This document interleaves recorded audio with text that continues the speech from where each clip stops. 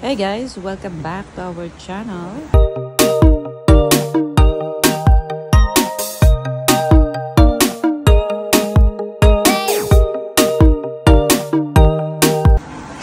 It is Gabby's moms again, and for today's vlog, we are here in Binibidsinan Elementary School. And so, sobrang init nito guys. At for you to know, this one is in our barangay. It is in Binibidsinan Elementary School. So, fortunate enough that we have a chance to visit my elementary school. So, this time guys, meron silang recognition day, parang award for the, recognizing those excellent students. Ayan si Mr. De La Cruz, mega love shoutout. So, kumuha tayo ng clip para meron tayong souvenir since we had a chance to, watch and enjoy the day with them. Ayan, so meron silang meeting first, then after that nag-award na sila for the kids. And this one is for grade 6 students. So, ayan, nakakatuwa lang kasi when I look back, ang laki na nang nabago. Ayan si Gabby, feeling niya. Saka thank you guys pala for the grade 6 students and to Mr. De La Cruz for letting Gabby join the grade 6. I think 2 days. Kasi we went back dahil we were so busy for this holiday.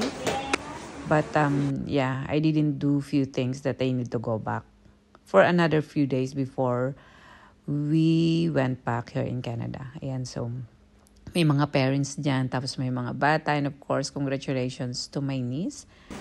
Ayan, Chinzy Renido for being one of the honor student. Ayan. And of course, sa mga anak ng mga kakilala ko dyan, ayan, job well done guys. Job well done. Compared to the, rules here in Canada, kasi dito guys, in Canada, ayan, congratulations guys. Ayan, mga friendship ni Gabby. Dito kasi guys, they don't really recognize wala na silang honors dito pagka elementary. Ayan. I think high school ata, or I'm not sure for the middle school kung meron na silang recognition like this kasi tinanggal yan dito sa Canada.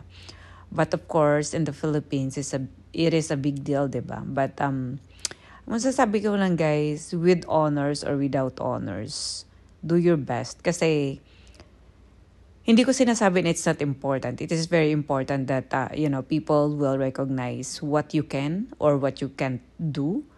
Pero maging inspiration lang sa inyo yan na you have to do better. Kasi me personally, I believe na education is very important no matter what. Even if some people said it's not important, that's their thing. But for me, as I grow up, we're so poor. Parang that time, yan lang yung pinangahawakan ko.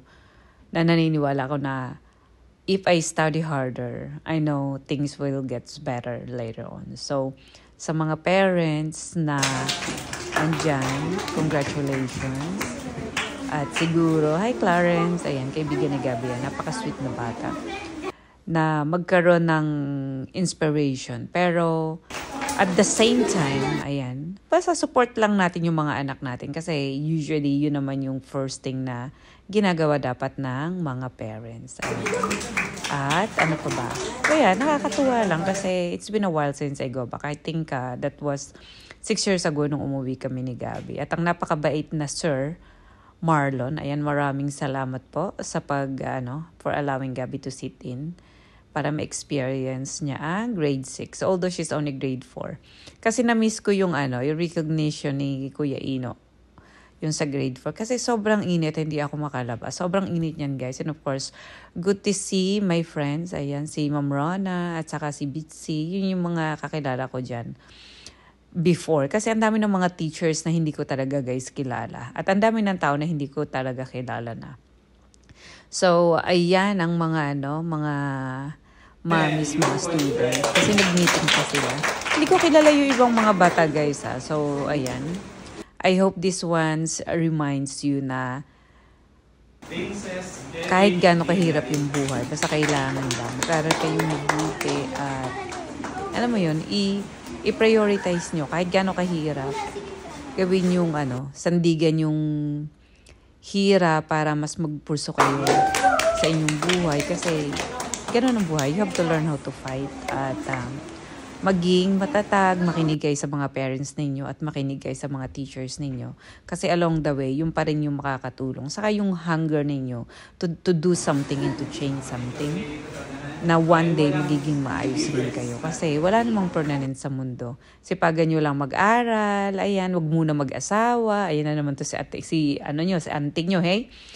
Wag muna mag-asawa, mag-aral munang mabuti para maayos nyo yung future ninyo. Dahil one day, hindi nyo alam kung saan kayo pupunta. Hindi nyo alam kung ano magiging future ninyo. At sana ay maging maayos kayong lahat. And of course, congratulations sa grade 6. Ayan, grade 7 na kayo lahat. At mag-iingat kayo lagi. Ayan, and of course, ito naman si Gabby sa harapan ng bahay ng nanay ko. And as you know, my mama sa cacao farm. Ayan, so namitas kami ng konti. Medyo umuulan. And of course, thank you guys so much for watching. Check other videos. Like, share, subscribe. See you guys next time. We love you all.